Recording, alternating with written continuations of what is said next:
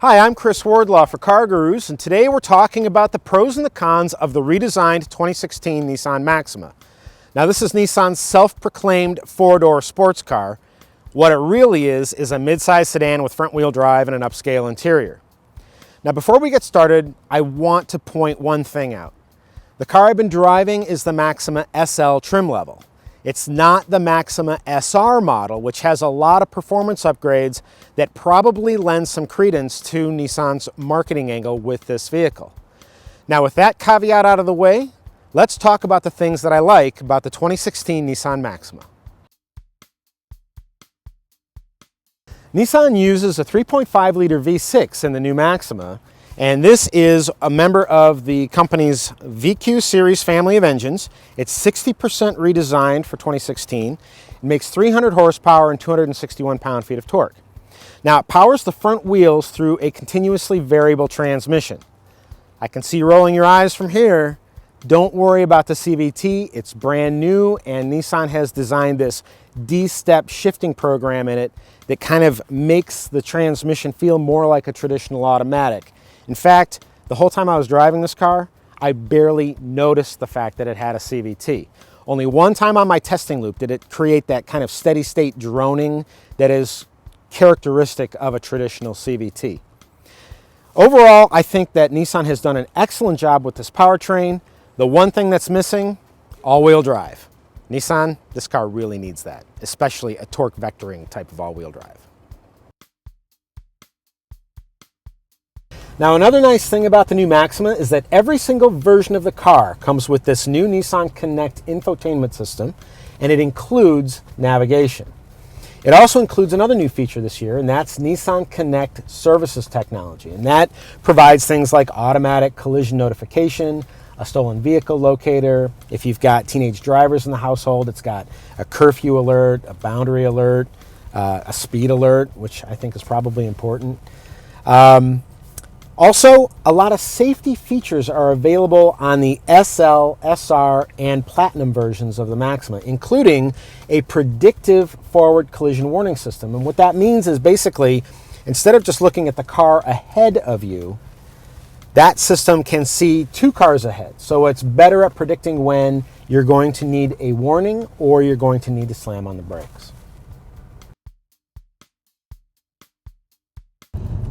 Now, another thing that I really like about the Maxima is the fact that this car is very comfortable.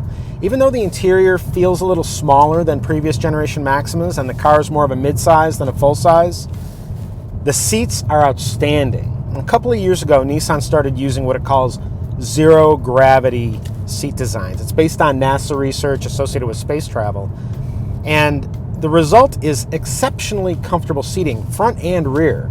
You can easily carry 4 adults in this car, and my SL test car is lacking just 2 things: ventilated front seats and a power front seat height adjuster. Okay, now that we've talked about 3 of the things that I really like about the new Maxima, let's discuss some of the things I'm not so crazy about. Now, do you remember that famous scene in the movie when Harry met Sally in the diner when the lady says, "I'll have what she's having"? That scene reminds me of this car because it makes me want the state of California to legalize whatever it is that Nissan's designers have been smoking when they created the Maxima. Now look, I'm not an arbiter of great taste. I mean, look at my plaid shirt collection, for crying out loud. But come on, this car really pushes it to the extreme, and I suppose that's part of the point, isn't it? But when you look at the amount of weight, visual weight, that is sitting over the front wheels, along with what comes naturally with a front-wheel drive powertrain, the amount of distance from the wheel center line to the front of the car, it just looks massive in front. It looks completely out of balance. And these are 18-inch wheels on this SL model. That's sizable footgear, but the wheels look really undersized and small on this vehicle.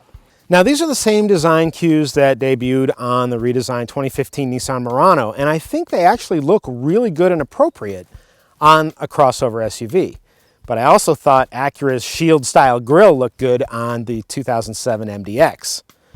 It didn't translate so well to Acura's cars, though, And in this instance, I'm not sure that this jet fighter inspired styling translates well to a car rather than an SUV. Another problem that I have with the Maxima is that this car's not getting the fuel economy that the EPA led me to expect that it would. Now, in the city, it's supposed to get 22 miles per gallon. On the highway, you're supposed to get 30 miles per gallon for a combined rating of 25. Now, what I've been getting is 21.8, so I'm not even getting the city rating. And I'm not just driving this car in the city, and I'm not just flooring it everywhere I go, and I'm not driving with the transmission sport mode engaged all the time. So that leads me to conclude that the EPA ratings are highly optimistic. Nissan markets the Maxima as a four-door sports sedan. Look, a BMW 335i is a four-door sports sedan. What this is a mid-size family sedan masquerading as one, kind of like the Pontiac Grand Prix used to back when General Motors produced it. Now, with that said, a Maxima SL won't embarrass itself on a twisty back road. It's fairly engaging to drive, and frankly, this outstanding powertrain provides plenty of acceleration and speed. One thing that I would remind you to do, though, is be sure to investigate the fine print associated with Nissan's recent claim that a Maxima beat an Acura TLX, an Audi A4, and a BMW 3 Series around Buttonwillow Raceway here in California.